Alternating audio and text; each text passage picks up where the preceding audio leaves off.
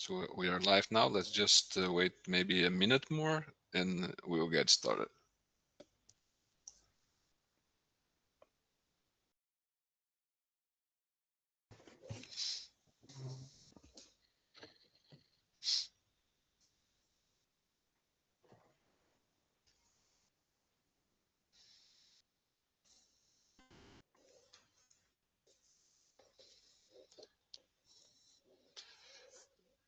Good day, everyone. Welcome to this session of the Epilepsy Surgery Technique webinar series.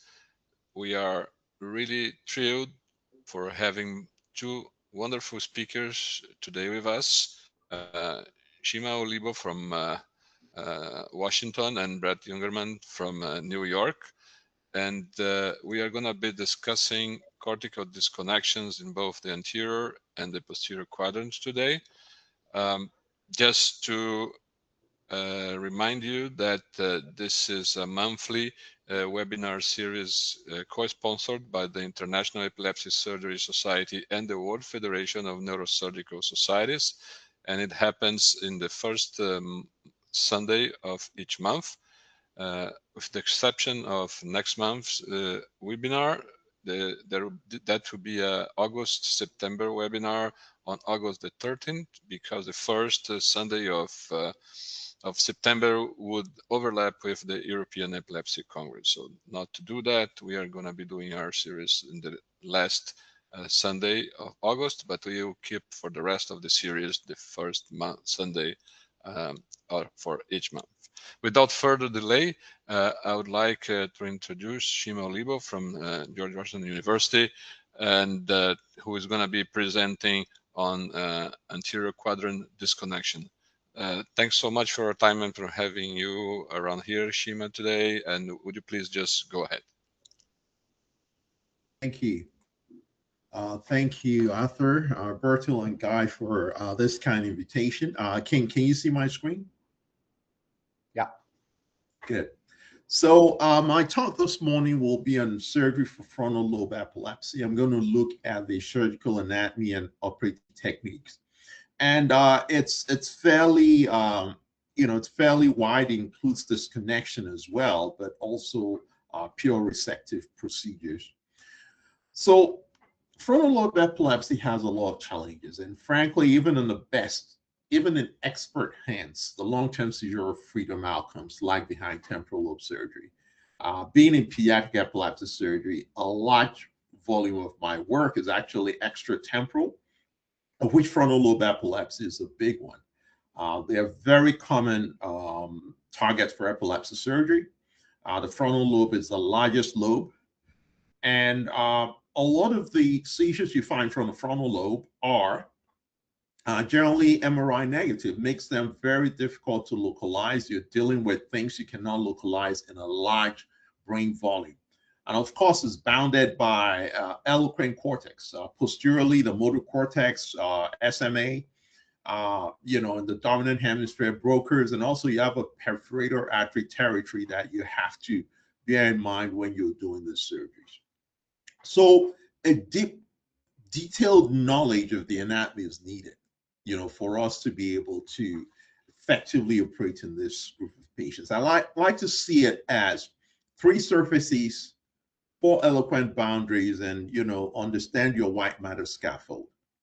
So the anatomy is known to us, but when you see there's this three surfaces, you have your lateral surface, a lot of what we all know, the superior, middle, inferior frontal gyri, bounded posteriorly by the precentral sulcus, because that's your limit there. And medially, your cingulate and your superior frontal gyrus, and the orbitofrontal relationships, of which I feel that the point to focus on, obviously, is the olfactory tract, to understand the way its stria goes and the fact that that protects the perforator vessels that are going in along the MCA, especially when you're doing extended orbitofrontal resections. And of course, you've got to understand the deep core of this area of the brain, of which an important point is the frontal horn, as we'll discuss more. The lateral surface, in addition to the boundaries we've talked about, which are relatively hard boundaries, and we'll talk more about it, but you've got that motor cortex. For the dominant lobe, you do have the Broca's region being part of pars opercularis and triangularis. And one has to understand these anatomy in order to approach this surgery. The medial surface, one has to understand the paracentral lobe. One has to understand its relationship to the motor cortex and also to the supplementary motor area. That is going to guide the resections. And then the last surface, which is the basal surface, the orbitofrontal cortex, also an important source of seizures in these patients. One has to understand using the olfactory nerve here, especially preserved through the pier of the frontal cortex as a landmark, not just to distinguish between rectus to the rectus, gyrus rectus, and the more lateral aspects, but also posteriorly, the olfactory striate guides you and prevents injury to the perforated vessels. And having understood those things, I personally feel that I usually use a 3D, especially when I have to do a fairly big resection. I usually use, for example, a brain lab to do a 3D navigation of the brain, because that way I can be absolutely sure, even in the restricted craniotomy, of where the gyra anatomy, what it looks like, and that's very important for that guidance. And while we're talking all about the cortex, you still have to remember that you're operating on a white matter scaffold, right? You have to understand that posteriorly, it's not just the motor cortex. How about the pyramidal tracts, the internal capsule? In the dominant hemisphere, you've got to think about things like the uncinate fasciculus, the arcuate fasciculus, things like the aslant. Understanding those things, it's going to guide the way you approach resections in dominant frontal lobe epilepsy. So going to the surgical techniques, as in everything, there's a spectrum, right? Yes, while we're going to talk about frontal disconnections, but it starts with a more focal resection. So there's a focal cortectomies, and then you go regional. And what you'll find as the focal cortectomies and regional is usually for lesional epilepsy. And then you start to go more maximal, right? And the frontal lobectomies and decortications, and I'll talk more about that, and the frontal disconnections. You usually encounter this when you're dealing a lot of times with the MRI negative type epilepsies, in which there is extensive resection required to achieve good seizure cure. So I feel the substrate you're operating on determines the technique. For example, if you're dealing with lesional frontal lobe epilepsy, a lot of times the commonest substrate is going to be a focal cortical dysplasia, as shown here. You have a target. You're going to do a targeted resection, things like gliosis, cavernomas, tumors, and so on. It's targeted. But when you're dealing with an MRI negative frontal lobe epilepsy, now it becomes more complicated. And that's where you start to, in addition to extensive non-invasive investigation, phase 1 investigations, a lot of times you begin to need to do an SEEG. And the whole idea is to completely resect the epileptogenic zone without causing unacceptable neurologic deficit. So let's start with the more focal areas, right? So these are things, the focal cortectomies and regional cortectomies are things you're doing for lesional cases. And I can tell you, a lesional frontal lobe epilepsy is huge. It's a very important part of what we do. And when we've looked at the spatiotemporal distribution of cortical dysplasias, for example, and frontal lobe is an area they love to stay in, right? And one of my colleagues, Nathan Cohen, in the MELD study, They looked at cortical dysplasias, and there are two hot spots. If you're looking for cortical dysplasia in the brain, 2 points: the temporal tip and the superior frontal sulcus. Always look there. It's there. It's pretty common, and generally the outcomes are good. And even when we look at our series, you can see the heat map there. It's focused there, and the outcomes are pretty good. Usually 75% long-term freedom. So this is a typical thing you've seen for a lesional thing. Superior frontal sulcus cortical dysplasia.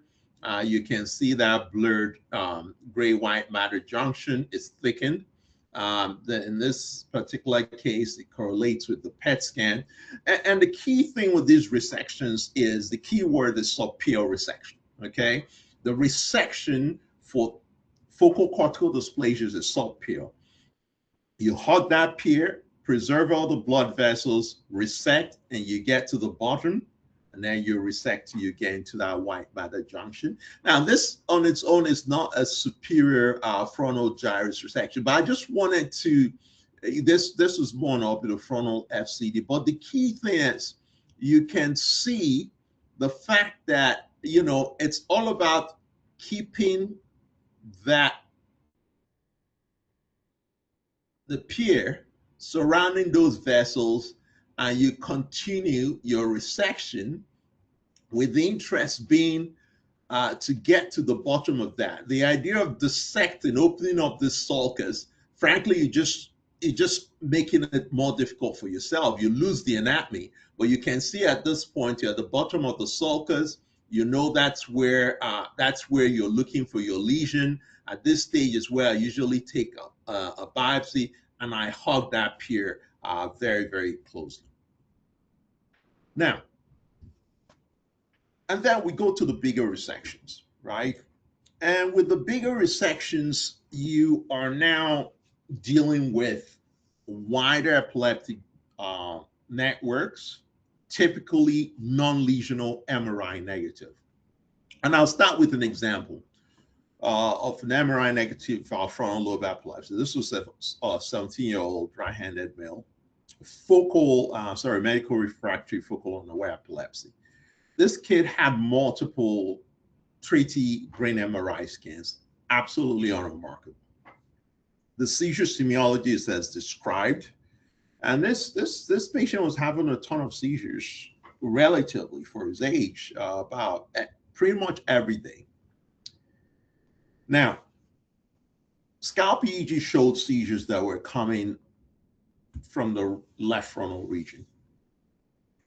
And I've shown the PET there. You know, there's that relative hypo-metabolism on that left frontal lobe. We also sent this patient for a MEG scan. A MEG scan showed three populations of left hemispheric spikes. A lot of the dipoles we saw were perisylvian, superior temporal, but mainly inferior frontal, posterior insular, and less frequent in the left superior frontal. Fortunately for us, this patient was right hemisphere dominant for language, and it's going to be relevant to what we do next. So as you can imagine, after all that phase 1 investigation, we had to go ahead with an SEEG, frontotemporal SEEG on that left side. And what we found was that the seizure onset was widespread. You know, this is orbitofrontal. That is right at the this is more in the, you know, approaching the anterior cingulate.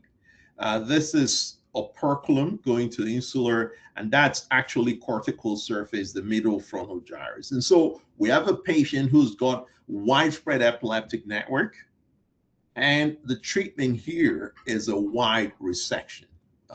And because when you look at the outcomes for frontal lobe epilepsy, volume matters. Anyone who's saying, oh, we can go take out those areas has not really experienced how painful those procedures can be. Volume matters. Once you start to have a patient, you can see with this review by Lara Jeher that patients with normal MRI scans, their recurrence rates are very high. and compared to those with lesions. And so in this sort of cases, you want to go big. You want to go big. You want to do essentially, in this case, we decided to do a frontal lobectomy. And luckily, like I said, the language on this patient was on the right side. So that made it easy. About different ways of positioning. I personally like this idea of keeping them fairly neutral. Some of this, I love these pictures are adapted, but you can essentially see what the incision is. Now, you want to expose, I want to see the sylvian fissure is going to guide me down. I want to go towards that the central sulcus, expose that. Also, you want to be careful. You don't want to drift posteriorly. It's tempting to begin to drift posteriorly. If anything, you want to drift anteriorly because you don't want to begin to go posteriorly towards things leading to the paracentral lobe. Now, if I wanted to go, for example, I'll show you some pictures of those I'm doing orbitofrontal resection. I may want to go really low down at this point. And in occasions, I've had to do a bifrontal, almost a three-quarter bifrontal, to be able to go really low down to do an orbitofrontal resection, as I'll show you one of the cases. Now, you've now exposed the frontal lobe. You have to read that frontal lobe. You have to understand it. And we all know the anatomy in the books, but when you open with that small craniotomy, you need to know where you are. And I personally find that having a 3D gyral anatomy with the standard neuronavigation systems, BrainLab does that, other systems do that. It helps me to correlate the anatomy where veins are to where things are, and it kind of orientates me. And like we said, your guardrails posteriorly, anteriorly, orbitofrontally, and like we said, you want to begin to drift forward. The shared principles are know your posterior limit. You want to preserve the perforators, especially if you're doing an extended orbitofrontal resection. You want to use that orbital stria to prevent you working more posteriorly. Number 3, epilepsy surgery is about a pier. You want to work sub-pier, especially towards the midline. I personally don't want to start moving the ACAs around. I can see them through the pier. They're there. I protect them that way. Now, part of the thing when you do a pure anatomical lobectomy, you could run into the frontal horn. Now, does it matter? Well, obviously, you're not dealing with CSF issues, risk of hydrocephalus, and so on. And for me, who deals with a lot of kids handle their CSF poorly. And when you open the frontal horn, you're going to deal more with that problem, right? You're going to have light pseudomeningeal cells. So with the frontal lobe decortication, you're doing everything, but you're preserving some of the white matter around that frontal horn, as we'll show here. But otherwise, the techniques are the same. So essentially, and these are adapted, essentially, you're going just and preserving a band of white matter. I like to do this so that at the end you have some white matter overlying the frontal horn. Now, once in a while, you still open the frontal horn. I personally have this way of using Surgicel. I put a wide layer of Surgicel on the exposed portion of the frontal horn, usually a small portion, and then I actually put Tecile on it. So it forms a scaffold for Tecile to sit on it. But most times you're better off leaving some white matter over that frontal horn. And then the rest of the resection is as discussed. We talked about by the time you come to the orbitofrontal resection, using that olfactory tract and the stride to help guide your more posterior resection. And so what you should be getting is something, sorry, what you should see is something like this, that extended resection, a little bit of white matter over the pronghorn. You want to resect that general cingulate. We ignore that, and I've seen residual ones being a source of residual seizures. That's the gyrus rectus, and that very posterior aspect is a very epileptogenic region. And so that's what you're getting at the end of the case. Now, for some reason, I don't have my own video. I do a lot of this cases. A lot of times I'm doing them with loops. I do have a video I don't have here, but I'm going to share one that's someone else's, just to talk more on the principles, right? I don't really feel you have to go to the midline. You don't have to expose the sagittal sinus to be able to do this. You can stay just off the midline. Define, like I said, I use 3D gyral anatomy, define where my posterior limits are. And I expose to the sylvian fissure, so I have that guide. For the medial aspects, I leave the pier. From the medial aspects, and as you can see in this video, that's a sylvian fissure there. So you are at that frontal operculum inferiorly, and there's the white matter dissection. You can see that resection, just leaving a bit of white matter over the frontal horn, and continue to work around. Now going to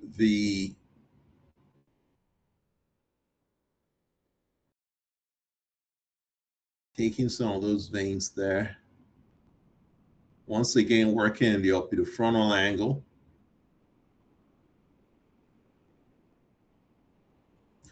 And a lot of this, especially in the days I used to do a lot of anatomic hemispherectomies, this was an integral part of it. But so you can see the olfactory there, using the olfactory here, as you do your resection, you respect the striate, you preserve the olfactory, and then this taking the last bits of connection and that last bit of frontopolar vein and take that, and the resection is essentially done, and that's what you're seeing at the end. Now, this is my patient I talked to you about. You can see that small bit of white matter over the frontal horn, the frontal lobe resection. Now, this patient's pathology came back as extensive type 1B focal cortical dysplasia. In fact, that's the problem with this sort of cases. They're MRI negative, of course, they're lesional. It's just that they're usually type 1. And this patient has been seizure-free now for 6 years, absolutely seizure-free. So, so the whole idea with some of these cases, you want to go big. You get the best results with bigger volumes. Now, frontal lobe disconnection, essentially, it's the same landmarks. You are not doing, a resection, but there are a few things to bear in mind. So your posterior margin of resection is the precentral sulcus. Now, there is that branch from M2 that goes to the top, to the superior circular sulcus, and then comes and gives the branch off, just posterior to where pars opercularis will be. Now, it's important because you want to use that, preserve that branch is going to the motor cortex. You want to preserve the pier there, and then you do your subpier resection anterior to the rest. Now, this is what your lateral resection is looking like, and same thing. Just like if you were doing a horizontal hemispherectomy, what your frontal-basal disconnection looks like. But you have to remember that for this to work, you have to do an anterior corpus callosotomy. You see, when you do an anatomical resection, you take out the whole frontal lobe. But if you're doing a disconnection, that the corpus callosum connections to the frontal lobe are still intact. So you have to do an anterior corpus callosotomy to ensure that is completely disconnected. And also, from the insular perspective, you have to do an insular and basal ganglia disconnection. Now, of course, we've been talking about allocrine cortex, the motor cortex, and the Broca's area. But the fact of the matter is that these, for example, type 1 FCDs, they don't recognize those boundaries. So once in a while, you're bound to run into patients in which you encounter that. I'll give you an example. This is a patient of mine who has this extensive right frontal lobe, cortical dysplasia, dysgenesis. As you can see that, the white matter hyperintensity. You see it here, and when you compare the right to the left, you can see it extends all the way clearly to the motor cortex. So, the problem here is if you were to do just a frontal resection stopping at the motor cortex, this patient is not going to be seizure-free. In the past, one will typically, the teaching here was subfield transection, and there is a role for that, without a doubt. But these days, typically my go-to now is to do a full frontal lobectomy, and I usually will leave a neuropace with the subdural contacts right on that motor cortex. The hypointense thing you see is the pulse generator, but I do have done that frontal lobectomy, and I do have the contacts on the motor cortex. You can see two of the contacts, the more medial contacts just on the motor cortex. And that way I'm able to, with time, monitor what's, obviously I've taken out the bulk of what's driving this patient's seizures, but I'm able to monitor and able to, see the long episodes, what's coming from that residual motor cortex seizures.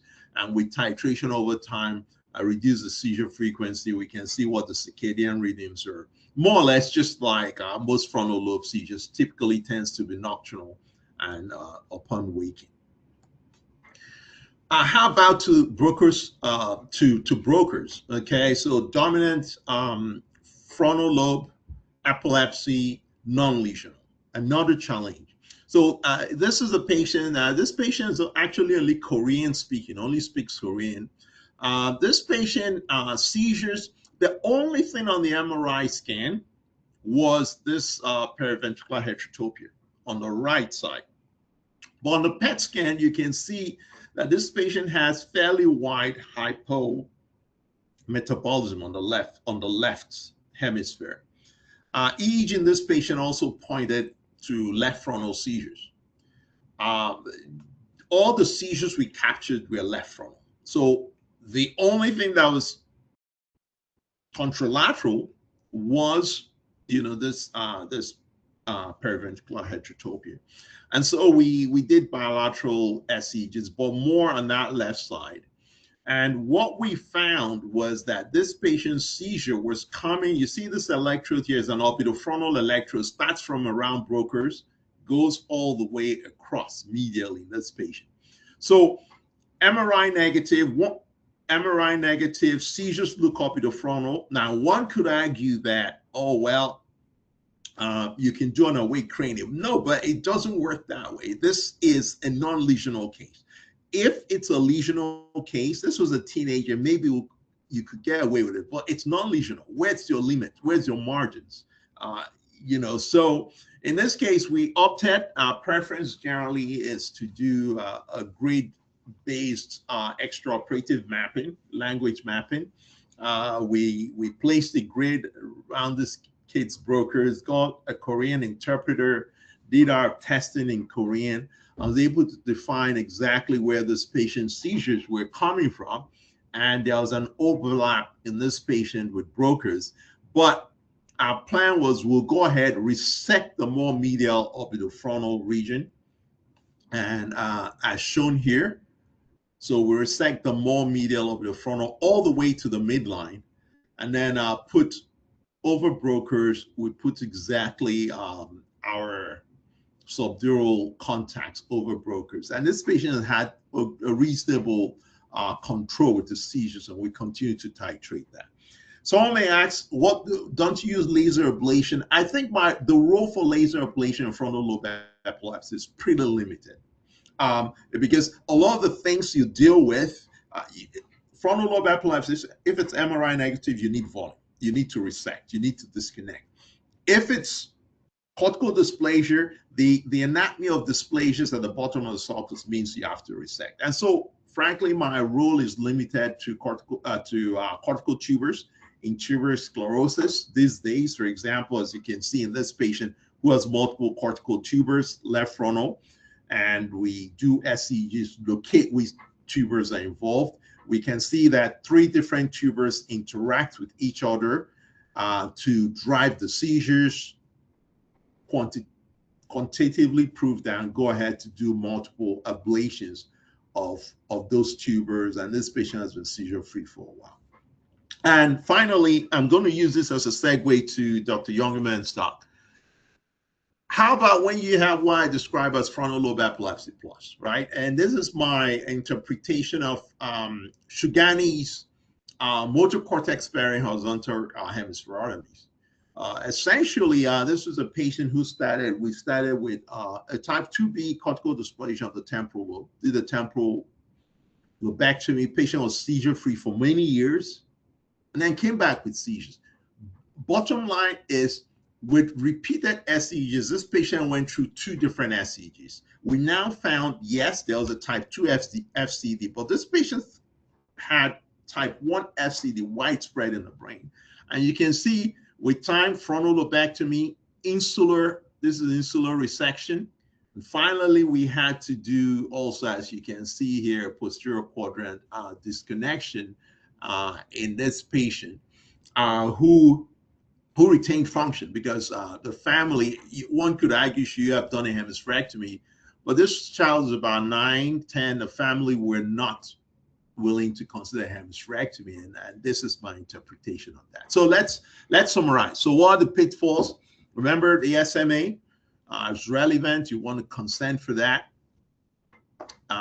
Understand the motor deficits, perforated strokes, venous infarct. We talked about CSF collections and being careful about the frontal horn. The outcomes are generally okay with this understanding. 1 year seizure freedom is 55 years. It drops thereafter. For some of the lesional cases, actually good, with the frontal, superior frontal sulcus lesions as high as 75%.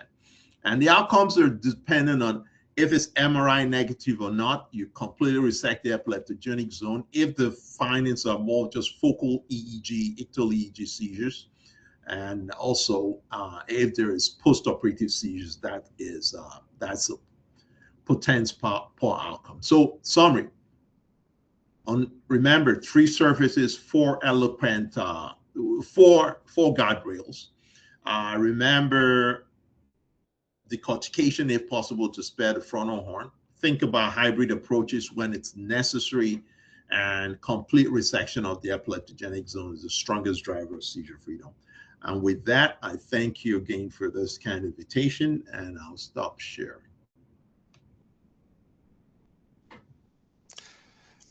Thank you so much, Chima. I would like to tell the audience that you can, we're going to have discussion after the 2 presentations, and you could input your questions in the questions tool or in the chat tools. It's usually a very relevant part of this webinar, so please join the discussion and the conversation. And without much delay, I would like to introduce Brett Youngermann from Columbia, and he's going to be discussing the posterior quadrant resections. Please, Brett, we are very fortunate to have you around. Please go ahead. All right, I'm just getting my screen up here. Thanks, Chima, for that excellent talk on the frontal lobe resections, and thank you to the organizers for this kind invitation. I've been following this series since the early days, and I've always found it very educational, and still use the videos as a resource. So it's a real privilege to have the opportunity to present today. This did work earlier, but seems to not be going now. Let me try another way. Okay, now you're in. All right, let's see if we can get that into full screen mode here. Perfect. Is that in full screen there? Yes, please go ahead, Brett. Excellent. Right, so I also want to recognize the excellent talks that have been given on related topics. I learned a great deal from them, and I've tried to make mine complementary to that. So I also interpreted the assignment somewhat broadly. So surgery in the posterior quadrant will cover anatomy and semiology, other phase 1 and phase 2 considerations. I'll spend actually a fair amount of time on lesionectomy and tailored cortical resections, as well as occipital lobectomy. Touch on the posterior quadrant disconnections, and also cover neuromodulation in the posterior quadrant, which is increasingly a large part of the treatment considerations, particularly in older patients. So starting just with the basics. So looking at the basic anatomy, on the lateral surface, we have the lateral occipital sulcus separating the superior and inferior occipital gyri. Some texts will use O1, O2, and O3 for the superior, middle, and inferior occipital gyri variably. These are separated from the inferior parietal lobe by the parietal occipital sulcus. And there you have the angular gyrus and the supramarginal gyrus. This is in turn separated from the superior parietal lobule by the interparietal sulcus, and then separated anteriorly from the postcentral gyrus by the postcentral sulcus. Looking at the medial surface, we have, of course, the calcarine sulcus, which separates the lingula below and the cuneus above, which is in turn separated from the precuneus by the parietal occipital sulcus. Of course, the cingulate wrapping around to its isthmus, which then connects up with the posterior parahippocampal gyrus, is an important consideration, and we'll talk about that more when we get to discussing stereo EEG. And then the precuneus is separated from the paracentral lobule by the ascending ramus of the cingulate. On the basal surface, which is an important consideration in occipital lobe epilepsy, we have the lingula separated from the occipital temporal or fusiform gyrus by the collateral sulcus, and then separated from the inferior temporal gyrus by the occipital temporal sulcus. In terms of semiology, just to give a quick overview, these are of course generalizations, but some of the most reliable would be the primary visual cortex, which often expresses with more primitive flashing colored or bright lights, compared to the cuneus, which will have altered visual perception, or the visual association areas laterally, which are going to have more complex hallucinations. As you move towards the parietal lobe, then you start to get into more the connections between vision and attention, and you get at the parietal occipital junction, eversion and nystagmus. As we come up towards the superior parietal lobule, more focused on altered body perception. And then, of course, perhaps the most reliable in the parietal lobe is as you get more anterior to the postcentral gyrus, somatosensory symptoms. But the key thing to keep in mind here is that semiology in the posterior quadrant is often defined by the propagation pathways. So we have one of the most important being those occipital temporal connections, predominantly carried by the inferior longitudinal fasciculus. And so you can often get predominantly temporal semiology even for seizures that are beginning in the occipital lobe. And then we have the superior pathway to the occipital parietal connections going through the vertical limb of the superior longitudinal fasciculus, as well as the posterior vertical system that can give you more parietal semiology for occipital lobe seizures. And we even, of course, have connections directly between the occipital lobe and the frontal lobe, both through the superior longitudinal fasciculus and the arcuate fasciculus, as well as directly along the inferior pathway along in the inferior frontal occipital fasciculus. And lastly, we have to consider the forceps major connecting the occipital lobes bilaterally through the splenium of the corpus callosum, which can lead to rapid contralateral spread and false lateralization. This study attempted to break it down further within the parietal lobe semiology based on a retrospective review of semiology preceding 80 successful resections. But of course, the findings tend to be highly variable and very dependent on specific location. So it's not clear how reliable most of these are in terms of predictive ability. Perhaps the most reliable are those somatosensory symptoms in the anterior parietal lobule. And then more generally, we can think about attention and perception both body and vision as we move more posteriorly and inferiorly in the parietal lobe. But one of the things that makes parietal seizures difficult to localize is that they too are defined by connectivity and propagation patterns. So more anteriorly in the parietal lobe with connections adjacent to the primary sensory and primary motor cortex, you'll get the somatosensory symptoms. More posteriorly abutting the occipital lobe, you get the complex visual hallucinations and visual illusions. Centrally in the parietal lobule, you have connections that go all the way to the prefrontal cortex that are going to give you affect higher cognitive functions and attention, which may show up as that eye deviation and nystagmus. And then inferiorly, you have connections to the limbic system through the posterior cingulate that can give you limbic and mesial temporal semiology. So scalp EEG is notoriously frequently non-localizing or falsely localizing in occipital lobe epilepsy. The onset, that's in part because of all the connections that we just talked about, but also because the onset may be mesial or inferior. And between that, then the seizures can propagate rapidly through these posterior cortical networks.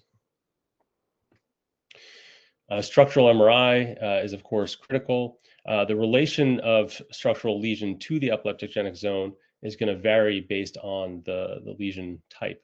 And so tumors, cavernous malformations, type 2 focal cortical dysplasias, the epileptogenic zone is going to often approximate the lesion, whereas type 1 focal cortical dysplasias often extend beyond the MRI lesion. And periventricular nodular heterotopias may include the nodule and extensive overlying cortex. And the large polymicrogyria or perinatal injuries, the epileptogenic zone may actually be quite a bit smaller than the structural abnormality.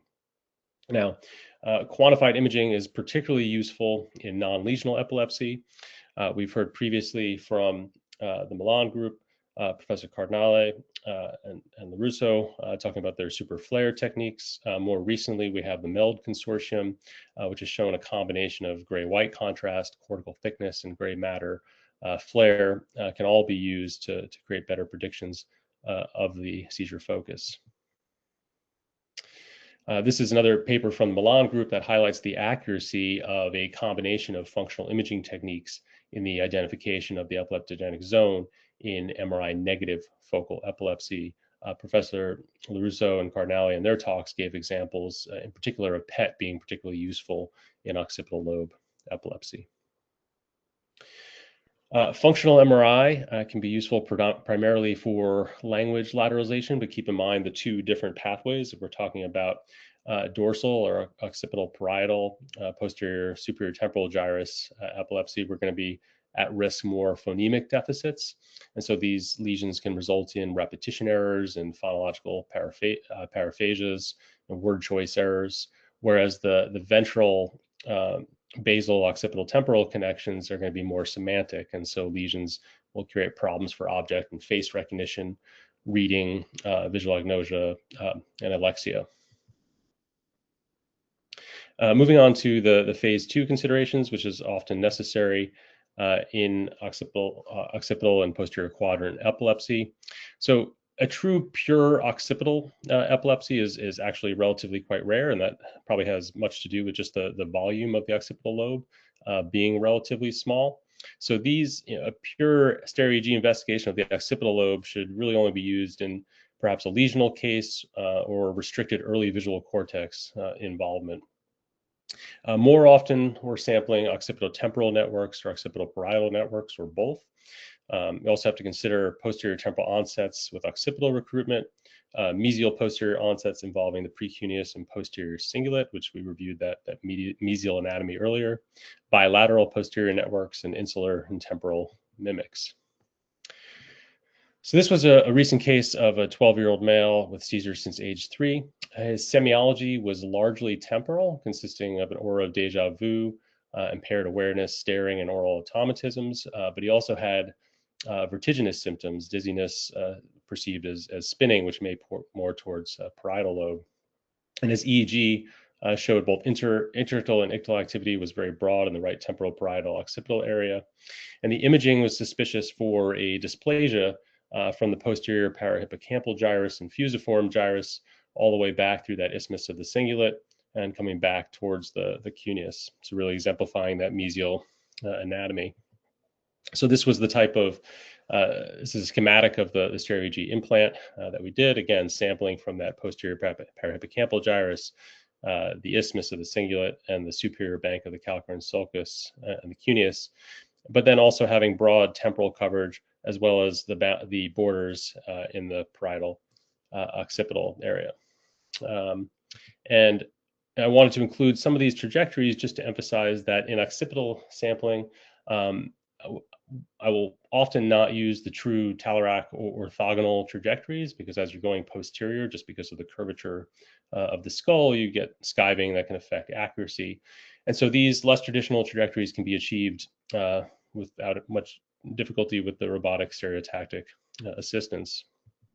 And so here you see going to the posterior lingula, the anterior lingula, posterior cuneus, and of course being able to sample that anterior-inferior precuneus isthmus of the cingulate area. In this particular case, there was really no low voltage fast activity coming from specifically from the dysplasia. It was really more of a broad recruitment of several contacts, including surrounding the dysplasia. And this patient has intact visual fields preoperatively. So still discussing next steps with the patient and family in terms of what we can do here. This is another complex case of a 37-year-old woman who had a prior occipital tailored resection with multiple seizure types. I'm not going to give all the case details here. For this purpose, I just wanted to demonstrate, again, talking about stereo EEG, the ability to achieve some of these unusual trajectories to avoid going through the prior resection cavity. And in this case, we actually had bilateral sampling in this patient, and so we actually positioned the patient prone for this stereo EEG case, which we haven't done very often. And that allowed us to achieve a complete resection of the superior aspect of the cuneus there that had previously been preserved while preserving vision. This helped with one of her seizure types. She does have others for which neuromodulation was being considered, and that was something that was considered preoperatively. Intracranial monitoring can also allow for stimulation mapping, particularly in the primary visual cortex if there's distorted anatomy. That can be of use. Moving on to, actually going on to these lesionectomies and tailored cortical resections, starting with the occipital lobe. When considering a tailored occipital resection, it's important to consider the retinal representation in the visual cortex. V1 lies predominantly along the calcarine sulcus. The superior calcarine sulcus here represents the contralateral inferior field. The inferior calcarine cortex, or the lingula, represents the contralateral superior field. And then central vision is represented more posteriorly near the occipital pole, and progressively peripheral vision is represented more anteriorly, but with a disproportionate V1 territory dedicated to central vision. So that means in tailored occipital resection, not all visual deficits are going to be equal. So a limited resection or ablation, as you see here in green, can produce just a small peripheral scotoma, whereas a larger, more anterior one in red here can produce macular sparing hemianopia. And then a more posterior occipital pole resection, such as the one shown in purple, can give you a central homonymous scotoma with sparing of the peripheral crescent. Resection above the calcarine fissure, as shown here in the cuneus in yellow, it can give you a partial inferior quadrantenopia, and resection below in the lingula, shown here in blue, can give you a partial superior quadrantenopia. Of course, we have to also consider the optic radiations, and these are the traditional deficits. Meyer's loop will give you a superior quadrantenopia. The optic radiations will give you the complete hemianopia, which is the most challenging and disabling for a patient. More anteriorly, as we approach the calcarine sulcus, will give foveal sparing, and more posteriorly will give that peripheral sparing. But the optic radiations also have a retinotopic organization in the coronal plane.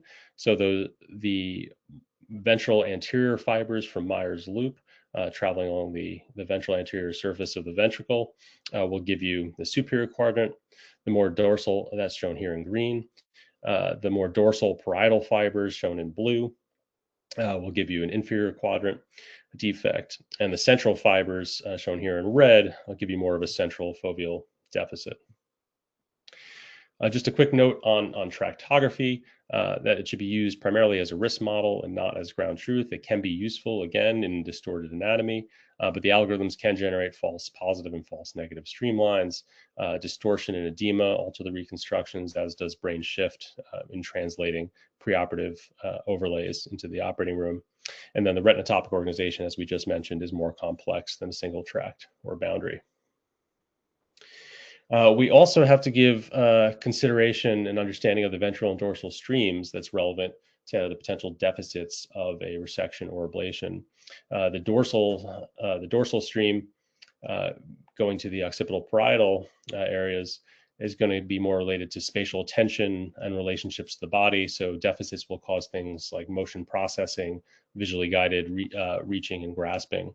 Whereas the ventral pathway for the occipital temporal lobe is going to cause more problems with color and form processing, reading and visual word form processing, and object and face recognition. So the take-home point here is that preservation of the visual fields does not necessarily guarantee useful vision. So overall principles of a tailored occipital resection, the key is to define the planned endpoint preoperatively, define the epileptogenic zone based on the anatomo-electroclinical features, considering both the cortical and white matter anatomy, the lesion size and type, and then considering the ictal core as well as any parietal or temporal network. And then considering the functional deficits, preoperative visual function, including baseline perimetry visual fields, is absolutely critical.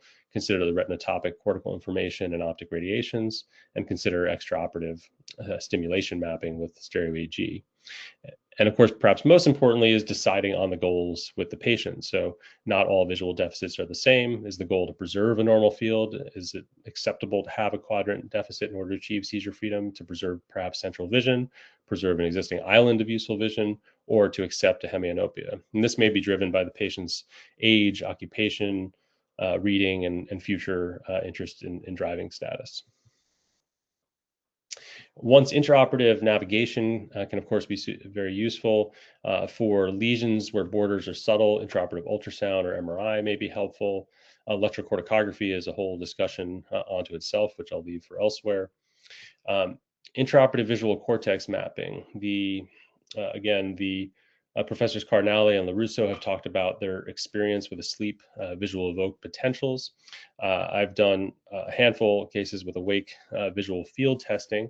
Not much success with electrocortical stimulation mapping, but rather keeping the patient awake during critical portions of the resection with a neuro-ophthalmologist present and testing the visual fields in real time. The key thing there being that you have to know and anticipate what quadrant and what area you're expecting a potential deficit, and clearly define those the margins of their current preoperative visual fields in the OR as well.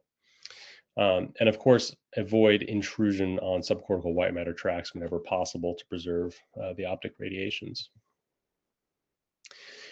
Just as Chima mentioned in frontal lobe epilepsy, laser interstitial thermal therapy can be useful when you have a small, discrete medial or basal lesion with fully concordant workup, with or without stereo EEG confirmation, such as this cavernous malformation seen here from our recent multi-center series of LIT for epileptogenic cavernous malformations. This allows you to achieve the ablation with minimal disruption of the white matter tracts and the overlying cortex. So considering occipital resection, a more posterior approach with early interhemispheric access is going to be useful when the planned resection is medial to the optic radiations and lateral ventricle, or generally when the aim of surgery is to preserve the visual fields, and intraoperative testing of those fields is required. This can be done in a lateral or prone position. The incision can be U-shaped or curvilinear. The key is access to the interhemispheric fissure. And here we advise subpial technique, and then making note of this angle of approximately 30 degrees to the occipital horn.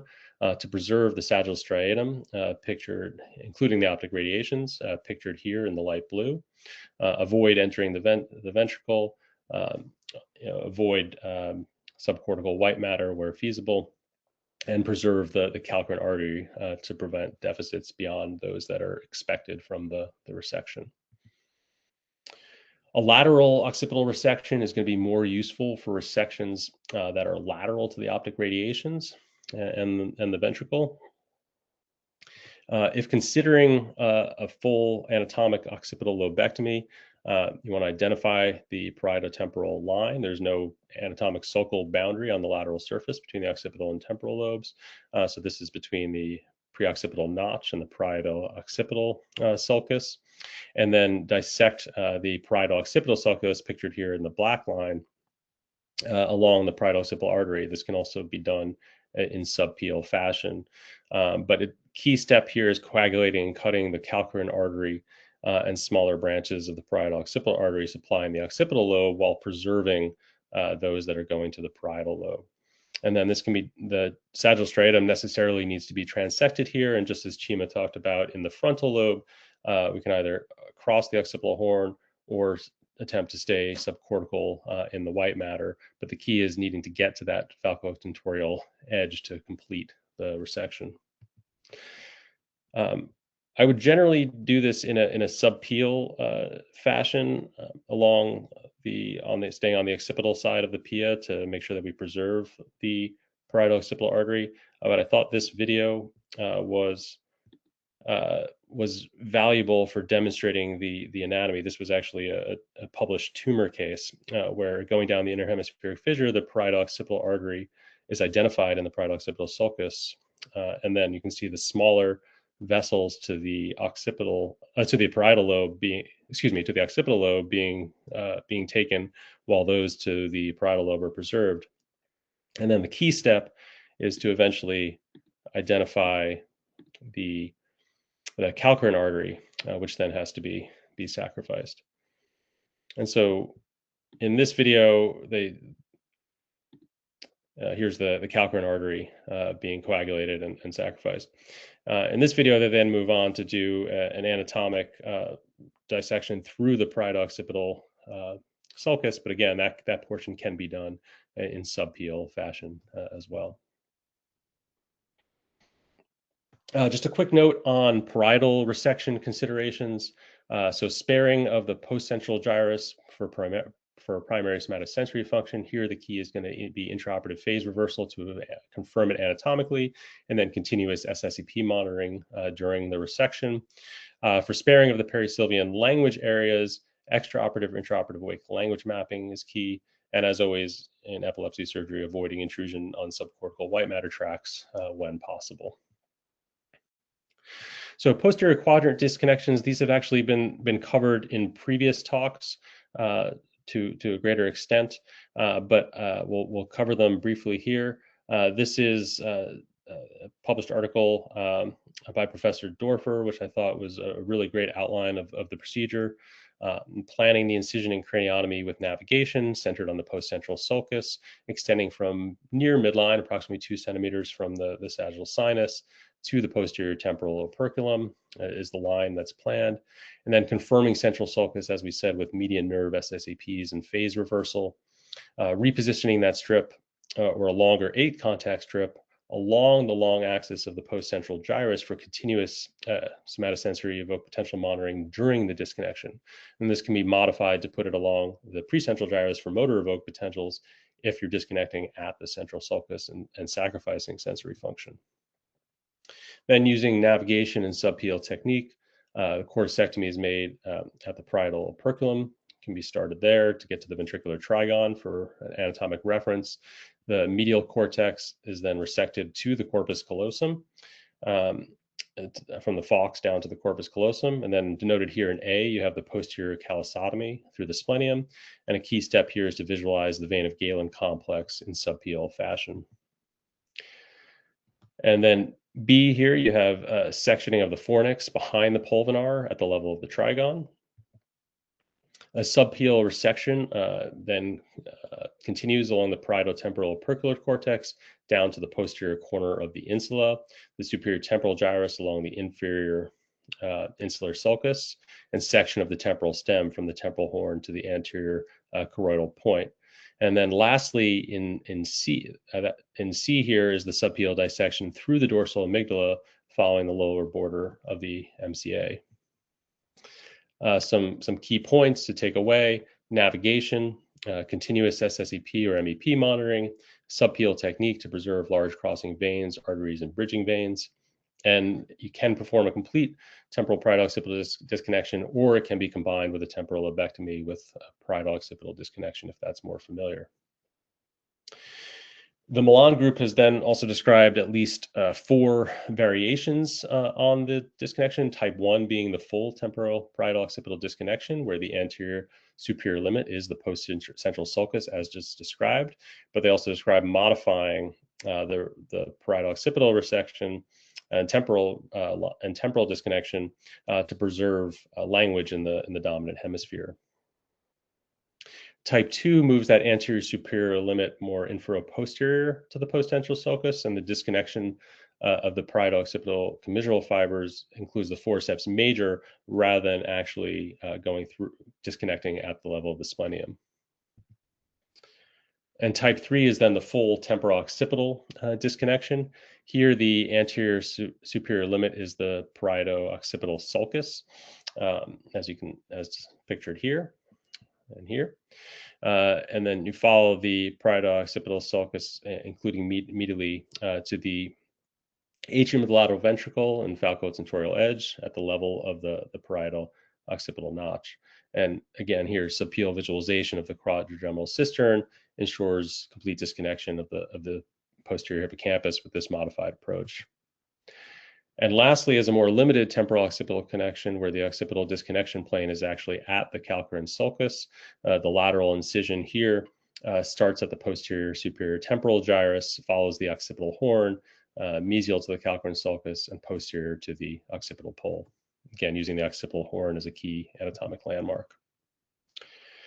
And I'd refer you to some of those earlier talks I mentioned for more detailed operative videos of those procedures. But I do lastly want to talk on neuromodulation, particularly, resection and disconnection offer the best chance of seizure freedom and should be undertaken when feasible. But particularly in adult epilepsy surgery, these larger procedures would often cause unacceptable neurological deficits. And so indications for neuromodulation include seizures that overlap with that indispensable cortex. And this, of course, is a subjective shared decision-making process with the patient and family. Large occipital temporal or occipital parietal networks are often not suitable for resection or disconnection, particularly in adult patients. And then we also have to consider neuromodulation when we have multifocal or bilateral seizure networks. So this is the data from the original feasibility and pivotal trial long-term open label follow-up of responsive neurostimulation going out to 6 years, keeping in mind that the patients in this cohort were limited to those with 1 to 2 foci, well localized, overlapping with indispensable cortex. And parietal and occipital patients made up only a small subset of this cohort, but those with parietal lobe epilepsy had a 70% median seizure reduction, with 58% being responders being greater than or equal to 50% seizure reduction. And the occipital lobe group is very small and mixed results, 2 patients having complete seizure freedom at the follow-up point, whereas others having only very modest benefit and being non-responders. But a key takeaway here was that amongst the 3 patients who had electrodes on the primary visual cortex, only 1 experienced transient visual phenomenon, and this was able to be resolved with programming. So that's an important consideration, that this does remain an option even on the primary visual cortex. Regional neocortical RNS has also been described for larger epileptogenic zones. The leads are placed at the opposing borders of the epileptogenic zone that's been defined, selecting the contacts that capture the earliest reproducible activity. You can also, of course, in these situations, consider partial resection of the non-eloquent regions, with then at the same time leaving an RNS electrode on the residual eloquent tissue. And we will sometimes do this without actually implanting the pulse generator up front to see how the patient does, and then only come back and connect the pulse generator and do the craniectomy and larger incision if that's necessary at a later date.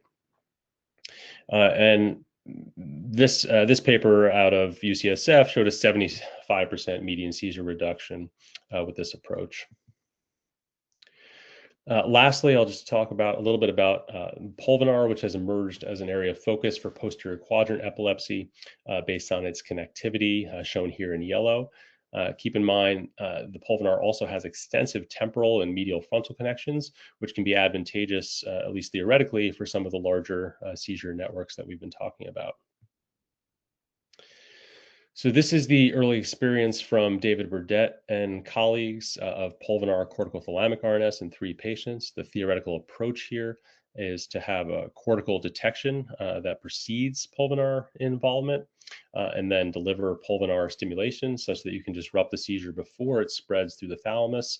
That was the theoretical approach. In practice, it's becoming less clear that this is the mechanism, as it may be a more chronic network effects of stimulation at play. But in their early experience, all were responders, and 2 of the 3 patients experienced more than 90% seizure reduction. The same group also reported bilateral pulvinar stimulation in 4 patients with mixed results in this difficult to treat population, but again, promising here as well. Dr. Gonzalez-Martinez's group has shown a single case study with a patient with bilateral temporal parietal occipital epilepsy who underwent bilateral SEEG with sampling of the 3 most commonly targeted thalamic nuclei, performing direct electrical stimulation to each. And the most consistent signal decrease in the rate of epileptiform discharges was seen in the posterior quadrant, both ipsilaterally and contralaterally during stimulation of the pulvinar, providing additional rationale for targeting the pulvinar in patients with epilepsy in this region. Nitin Tandon's group has also published their results in 5 patients with open loop continuous bilateral pulvinar deep brain stimulation and shown similar results to the RNS studies, again suggesting it may be a more chronic network effects rather than actually disrupting individual seizures. The pulvinar is also a large target, and they created a response heat maps here suggesting that the more medial contacts were what was associated with response to therapy. The Miami group has further mapped out the various subnuclei of the pulvinar based on their connections using tractography, and this may justify variable targeting within the pulvinar depending on exactly the region that is involved in the seizure network as defined by stereo EEG. I should, of course, give the caveat that pulvinar RNS and DBS is anatomically compelling and clinically promising, but remains a developing strategy rather than established equivalent to cortical RNS or anterior nucleus of the thalamus DBS, which were both studied in the trials that led to FDA approval in the US. But that said, in the Sante trial, there were very few posterior quadrant patients included. It was not powered to demonstrate any treatment effect specifically for that group. And in the 2026 France trial, they did actually suggest lower efficacy of ANT-DBS in the first epilepsy in the posterior quadrant. So providing that rationale to continue to explore the pulvinar.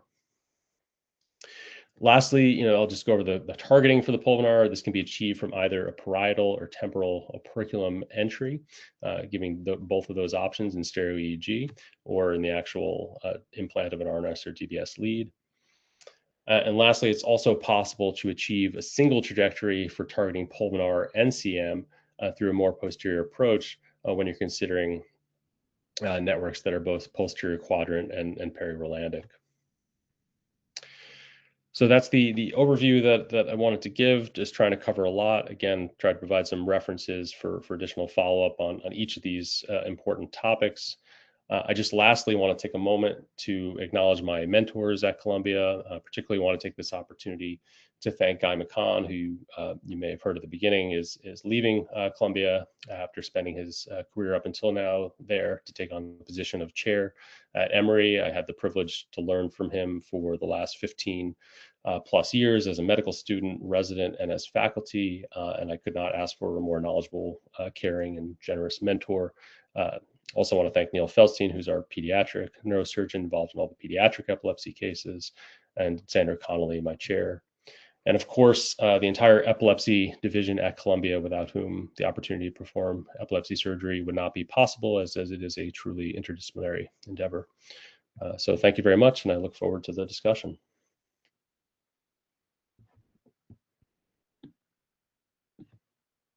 Thanks so much for this, Brett. Very comprehensive review. I would like to ask the panel to join and activate their cameras for the discussion. So we do have some questions from the audience, but let's start with the panel. Would you like to start, Bertil, Guy? Yeah. First, first regarding your presentation, Chima, I do appreciate when you discussed large opening to identify the anatomy. It's very crucial, according to me. I was always and still am reluctant to very small craniotomies, and then you don't find the brain. So it's minimally invasive to the bone, but not to the brain. So I really like that. Then regarding your rather huge, extensive frontal lobe resections, what does your neuropsychologist say about the patients afterwards? That is a very important point. Yeah, no, those are great points. So yeah, no, I absolutely agree with you. You know, you need to know where you are, right? If it's a tiny hole, you're like, where am I? Is my navigation? Has it moved? You know, but if you have reasonable points of reference, you can get a better idea. Yeah. So with the neuropsychological outcome, so yes, so like most centers, we all do preoperative neuropsychology on these patients and also postoperative. Now, part of the things that, being that I just deal with pediatric cases, and for some reason, these are younger patients. A lot of these patients, we see two things. Number one, with the frontal lobe seizures, the older ones, the teenagers, already actually have poor neuropsychological scores, especially the executive function is already low. The 17-year-old I presented, I had his pre-op neuropsychological scores. I took it up, but it was already low. His executive function is low, but that patient has gone on to college. The mom writes to university, writes every day. You guys did a great job. He's seizure free, right? He's driving and so on.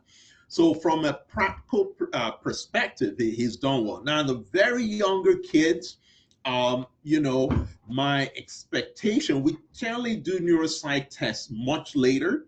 My expectation is those kids, you see a stabilization, actually, the deterioration that we're having with their frontal lobe seizures. Now, there's been a lot of studies, right, on frontal lobe seizures and the neuropsychological outcomes. My thinking is that if you do it when they're younger, before they start to have the executive dysfunction that happens from long-term frontal lobe seizure, I think you get better outcomes.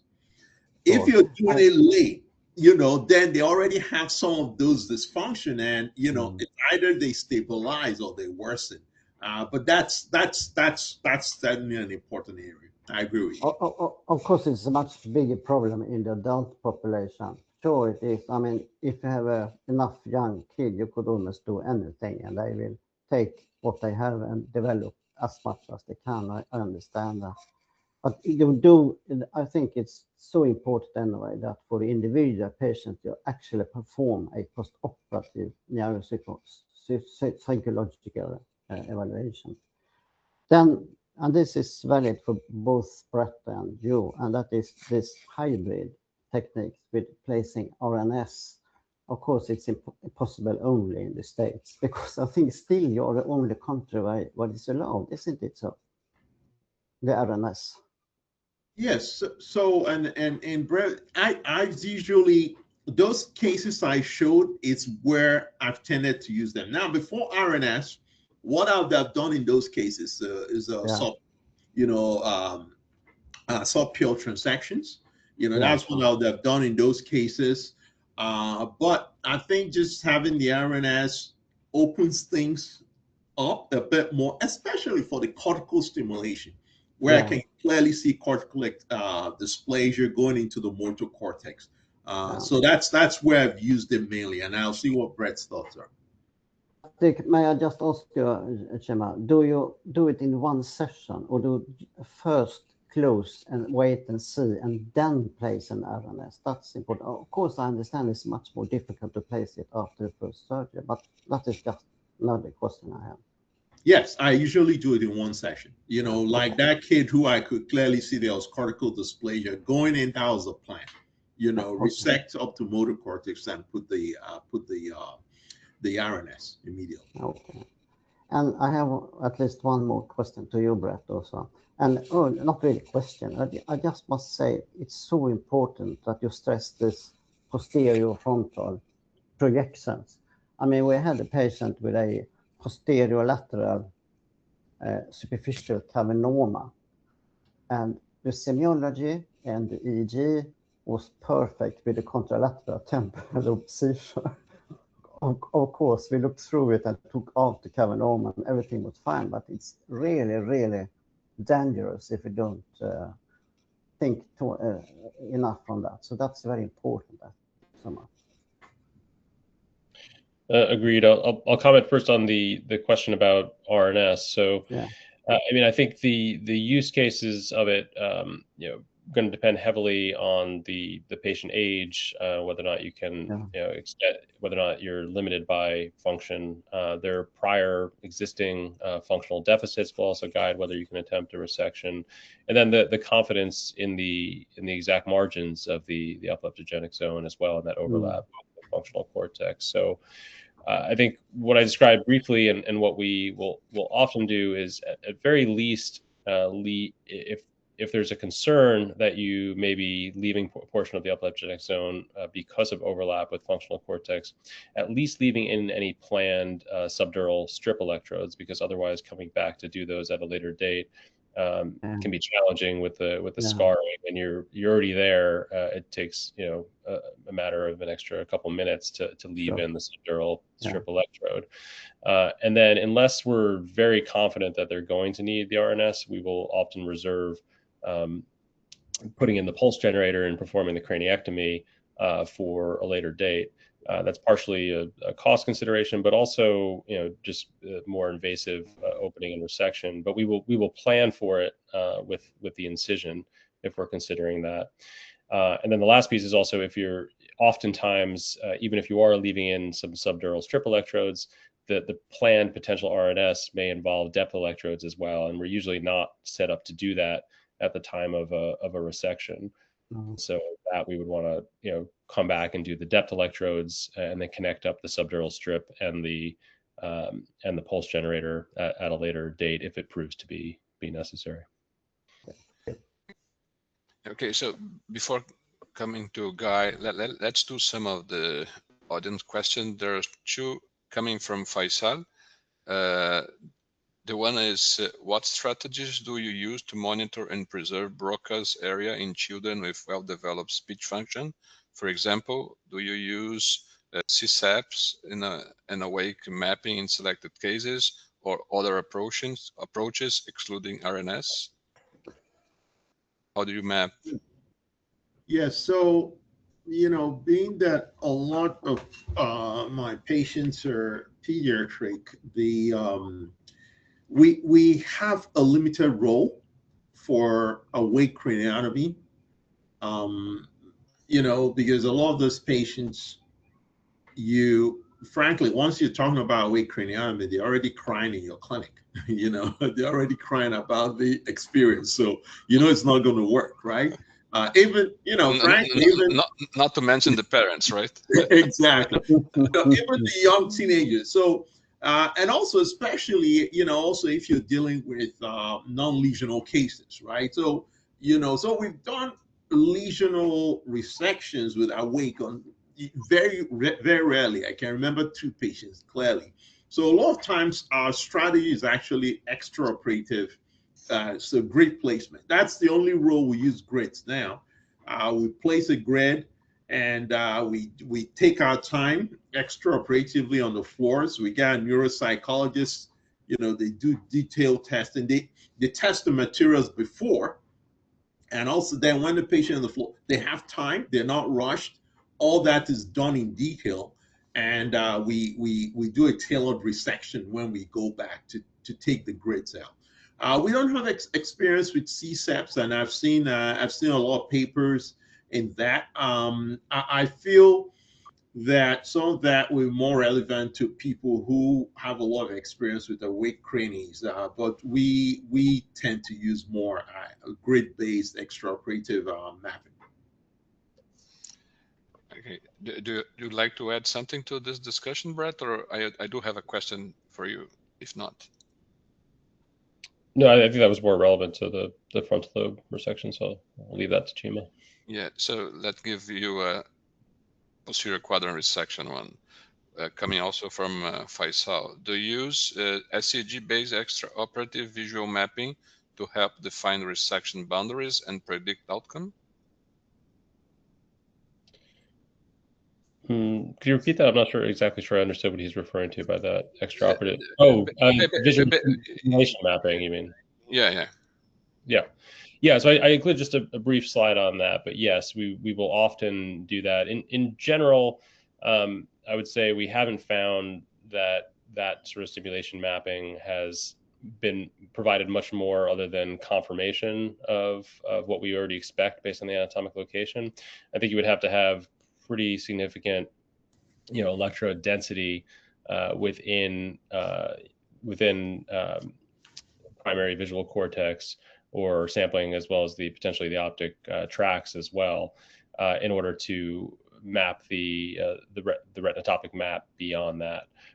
So I think in that situation, that's where if you are going to be at risk of taking a portion of the primary visual cortex, or at risk of getting close to those white matter tracts, then doing something like intraoperative visual evoked potentials or awake monitoring of the visual fields may be preferential.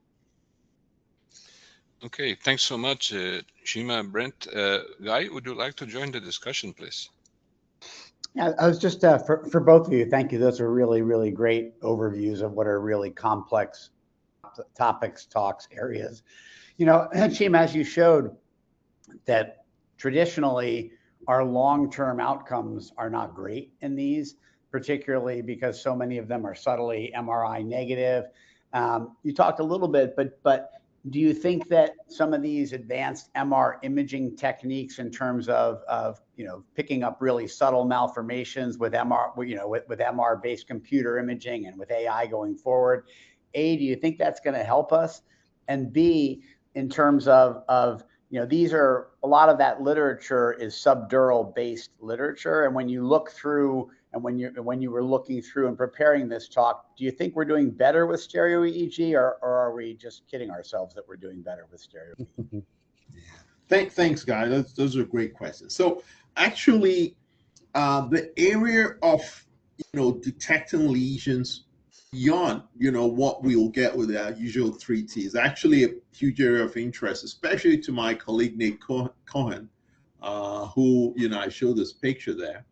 And we actually, for a lot of frontal lobe epilepsies, we now do 7 Tesla MRI scans. We have it just at the NIH, which is across the road. So we send them there. And, for example, we almost go through the superior frontal sulcus with a magnifying glass, right? Because if we're going to get hit, that's it. So we're focused there. Now, a lot of the sort of segmentation-based, AI type techniques, we don't have experience in them, but the literature supports that there's certainly additions from that. The Mel study I showed you, where Nate Cohen was a part of that Mel study, I've done a lot of that, right? Classifiers. I use different criteria to detect, detect changes in gray-white matter differentiation and thickness. And all of them show that there's additional findings. I know the 7 Tesla, I think, is about 20% additional findings. With some of the classifiers, I can't quote the exact percentage, but they are all cumulative. And I think that as these techniques, develop, that's the way to go, because at the end of the day, we say they're non-lesional. I think they are lesional, right? It's just that they are not visible to what we have, right? So I think that's a big area to look into. Now, with regards to SEEG, yes, I think SEEG has changed the game because, think about what we could do with grids, right? We could just access one of those surfaces most times, right? It's the lateral surface. Once in a while, you could throw one or two strips interhemispheric, feel good about it if you can find space within the between the veins, or throw one under the orbitofrontal cortex. But now with SEGs, we can have a large volumetric interrogation, and as you can see, for example, in that kid who ended up having a type 1 FCD, you can begin to have an idea of the epileptic network. In that kid, you could see we got pings, we got seizures in different points, right? Orbitofrontal, somewhere by the anterior cingulate, somewhere on the surface, and you begin to say, this is the entire frontal lobe. It would have been hard, and a lot of those were subcortical, right? So it would have been hard in the days of grids. In fact, I think almost impossible to get that sort of insight. So without a doubt, I feel that especially for things like the frontal lobe, the occipital lobe, and so on, those bigger lobes, SEG has changed the game. It's improved that diagnostic yield, and I feel it's also improved our outcomes, as I'm sure future studies will show. If I can make a comment on that one as well, Guy. I think the best evidence that we have on that is probably from the multi-center paper led by Laura Jehai doing comparative effectiveness of stereo EEG and subdural grids. And I think, the one of the key takeaways from that, right, was that we're probably implanting a lot more patients with stereo EEG, and fewer patients are actually going on to have resections. But then when you actually when they attempted to do the propensity matching, they did find better outcomes for those that do on to get the resections. And I was actually just looking back on that data to see if they broke it down by region, and I think frontal lobe epilepsy, it was notably the outcomes were notably improved with stereo EEG. The posterior quadrant, of course, the sample size was small, as it always is. Yeah, it seems like the posterior quadrant is just such a ripe area for multi-institutional collaboration. I mean, you almost need to have 20 centers contributing their numbers rather than 3 from here and 2 from there and 5 from there to really, as we go forward, make some more sense out of this. And particularly now with people, putting electrodes in, some people put 3 or 4 electrodes into the thalamus on every single patient. I think we tend to stratify it more based on what parts of the thalamus we think in that individual patient. Maybe you guys could comment on how you're both thinking about thalamic electrodes as part of your monitoring at the time of SEEG. Yeah.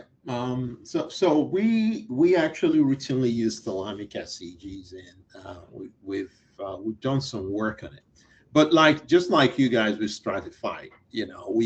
Because first of all, we have to there has to be a clear line between research and clinical indication, right? You can argue that if you're doing clinical indication, which is where it should be, because if you're not doing it with an IRB, then it has to be just the way we decide where we're going to sample when we're doing an SEEG, right? You look at your phase 1 investigations and you say, okay, we're going to target this point. If you're doing it for a clinical indication, it has to be. So if our indications are, number one, if we have what we think is a wide epileptic network. I'll give an example. If we're seeing, if we're seeing, we cannot, for say, based on phase 1, lateralize, and it seems that it's a wide network based on our EEGs. Yes, if, for example, it was in the posterior quadrant, we could say, okay, while we're putting these wires, we'll also place one on the pulvinar. I'll give you an example. We have a lot of kids who have HIE they have a watershed infarct, they have encephalomalacia there. A kid like that comes with seizures. Scalp EEG shows the seizures are more in the posterior quadrant. It's bilateral. You can't tell, right? He's got lesions, bilateral occipital lesions. A patient like that, if we're doing bilateral posterior quadrant SEG, we're also going to place bilateral pulvinar electrodes because it matters.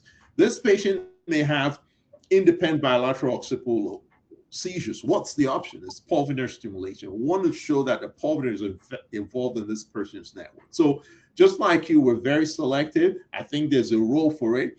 And I think the consensus is emerging more. But we, in a case like that, we're not just going to put anterior thalamic centromedian and so that becomes research, right? We have to tailor it to the patient. That's my view.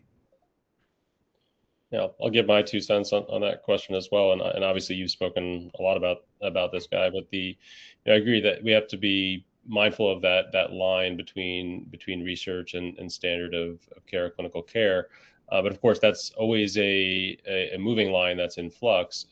And as we see more and more people doing thalamic sampling and thalamic RNS and DBS, that can be perceived as becoming routine standard of care, but we need to not conflate that with the actual evidence behind those techniques. And this is not like the early surgical techniques where we don't have the opportunity to do rigorous research and trials, because neuromodulation does afford that opportunity for blinded crossover studies. And so, I think the evidence is growing, but as you said, I mean, there's a tremendous need for more rigorous and multi-center studies in this area. That said, in terms of the current practice, I think our current practice is not to implant just for thalamic sampling, but many of the thalamic nuclei that we would be interested in can be sampled with just more deeper extension of existing electrodes, which so far the evidence seems to suggest that is of minimal risk and does seem to be providing useful data, at least preliminarily. Arthur, as somebody who's done a lot of DBS, and Bertil was talking on the fact that obviously RNS is of limited applicability around the world right now.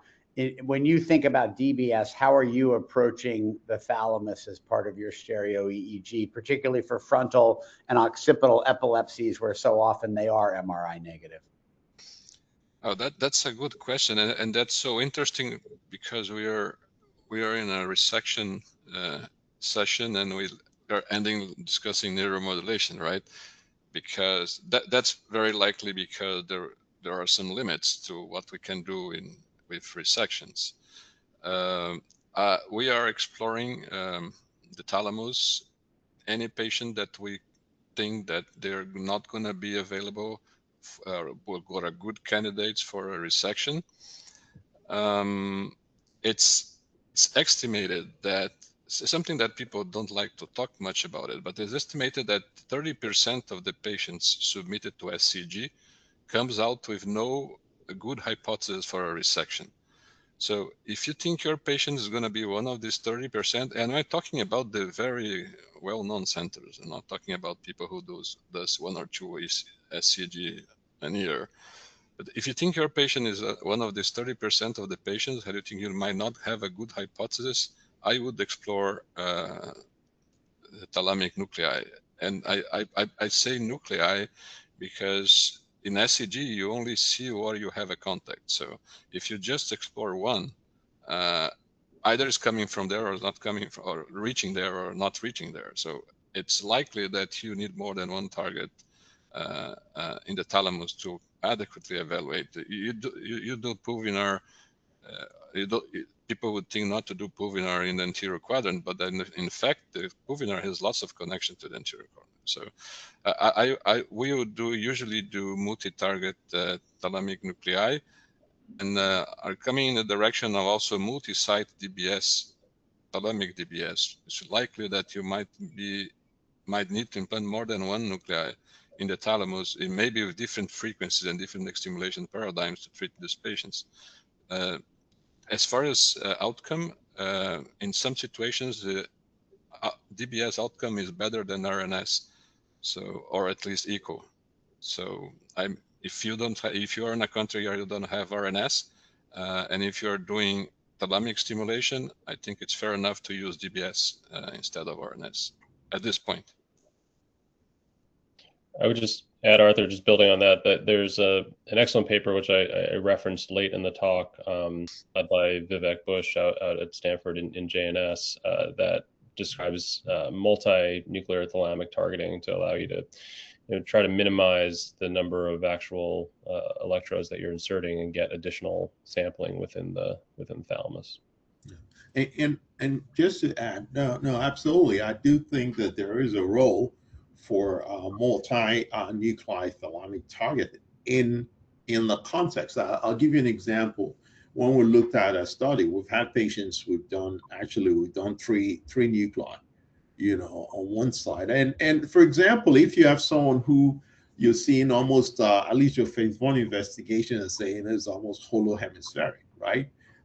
You don't know, it's a focal semiology, and you're hoping, we've had patients who have a pulvinar centromedian and anterior thalamic. Obviously, an anterior thalamic, we don't do the SEG through the ventricle. We're going more a lateral approach.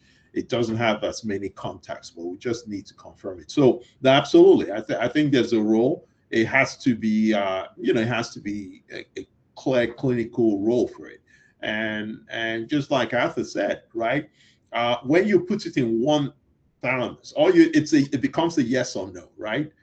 If you put in the pulvinar for posterior quadrant, okay, the pulvinar is not involved. So what now? We don't know. Okay, all we know is that it's not involved. So there's a limit to it, right? So I think it's just being flexible in the thinking and adapting it to the patient.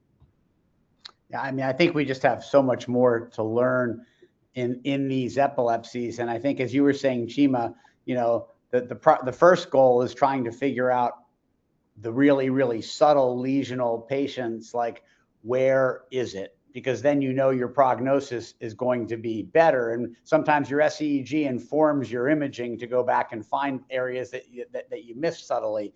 And if we can turn a broader epilepsy into a more focal epilepsy, obviously our likelihood of success is going to be a lot better. But if we're left after everything with really something where it's not particularly focal, I think we have to be very, very careful about pushing aggressive resective strategies, because we didn't talk much about it, but these are the patients who are most likely to end up being the double losers, right? New deficit still seizing. And I think that's why we're talking at the end of this about neuromodulation, because in those patients, probably it makes sense to see how well we can do with neuromodulation before we accept a deficit. Yeah, that's a good point. I must say I have a little leeway dealing with kids that for a number of reasons, right? Where some of those resective things are better tolerated, and also I want to give them that aggressive shot, right, to a seizure freedom, right? And with neuromodulation being more of a second option. But you're right, in an older patient, these deficits, are very significant, and it begins to bring push neuromodulation higher in the line of concentration. So it does. I agree, absolutely. So we are running out of time. Before closing, I just want to make very uber quick questions for both of you, technical. So do you use ultrasonic aspiration or regular suction in your procedures? Yeah, it's funny, but I don't like the kisser in this ultrasound. I don't like them. People say they like them at low power. Personally, I have my suction. I have my my bipolar. And what I do is I bring the bipolar close, but don't close it. It pulverizes that tissue. I suction it. I feel I have control. I don't have something tugging on the pier. That's why I've tried the Kusa method. I just didn't like it. Maybe I just, it's not comfortable in my hands, but I just use my suction and my bipolars. Yeah, I generally, sort of came up in training with the Cavitron, and that's use it very heavily as my first go-to for subpeel resections. Spent a lot of time, I wouldn't say a lot of time, but certainly starting on lower settings to make sure in less critical areas to make sure that I can preserve the PIA while efficiently removing cortex before then taking that to the more critical boundaries where you really want to use it to preserve the PL plane. But definitely, I still find every once in a while, perhaps more mesial temporally, doing traditional dissection with variable suction and Roten microdissectors sometimes to peel very more fibrous or firm tissues off of the peel plane. And a very quick one, the last one is in your pictures, I saw patients looking up or looking down depending on the quadrant. Do you see any circumstance where you position the head laterally and do a lateral approach instead of a vertical one, or you only do the vertical one and no lateral approach? I do lateral approaches for the orbitofrontal. That the patient I showed that ended up with the RNS and the brokers, that patient I had to resect everything orbitofrontal, but just leave the surface that pars opercularis for the neuropathy. So for a patient like that, I'm going, at least almost 30, 40 degrees head turned, because I want to be on that base. I want to lift up pars opercularis, and then I want to see all the way across to gyrus rectus, and I'm going to take out everything there, that cortex, everything. So in that situation, yes, that sort of approach, I'll use that sort of approach for the frontal approaches. Brett? Was that a question with regard to the visual field case? Is what came to mind when you brought that up? And in fact, any situation. So if you would turn their head laterally, or if you just keep it down or up. Yeah, I think for the occipital resections, I think you can go either way, and there are advantages to both. I think I showed, if you're approaching from the lateral side, then you just need to get to the falx early on the occipital lobe and find the parietal occipital sulcus and follow that down.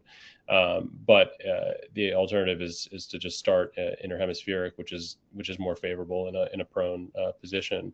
And then if you're doing awake, certainly that I think precludes the prone position. And that's where I showed that lateral positioning case, which also involves a little bit of a learning curve for the neuro-ophthalmologist who's assisting you with rotating the visual fields 90 degrees in the operating room. Okay, wonderful. Unfortunately, we are out of time. I just want to stress that in the next webinar, we are going to be exploring more specifically disconnections, extratemporal disconnections, and that will be on August the 13th. I hope to see you all there. And again, would like to thank you, Chima and Brett, for joining us in this Sunday webinar. At a wonderful presentations, great discussions, and hope you can enjoy the rest of your Sunday. Thank you so much. Excuse me, did you say August 13 or September? No, it's August the 30th, because the first week 30th. of Okay, 30th, yeah. 30, because the first week of September would overlap with the European Epilepsy Congress. So that's why we're okay. So hope to see you soon. Thank you. Thank you. Okay, well, thank you.